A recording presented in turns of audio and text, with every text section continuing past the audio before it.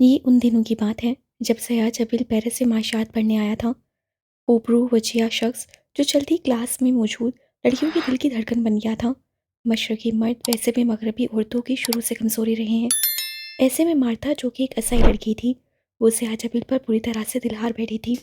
वो उसे लेक्चर के दौरान क्लास से बाहर वर्ष के हर जगह पर जहाँ वो पाया जाता था फुर्सत से देखती थी।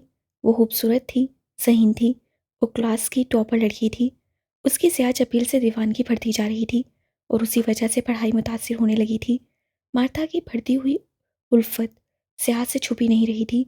वो भी उसकी अनकही मोहब्बत में गिरफ्तार होने लगा था। मार्था के अपने लिए दीवानगी देखकर वो कभी कभी हैरान होता था और बहुत जल्द दोनों की एकतरफा मोहब्बत इकरार के बाद एक रिश्ते में बन गई थी। वक्त गुजरता गया और एक साल बाद दोनों ने शादी कर ली थी। उन्हीं दिनों सयाह से पूछे बगैर घर वालों ने उसका रिश्ता सईदा हदीजा से कर दिया था। जब सयाह ने घर अपनी पसंद और शादी का बताया तो सईद हवेली में एक भूचाल आ गया था।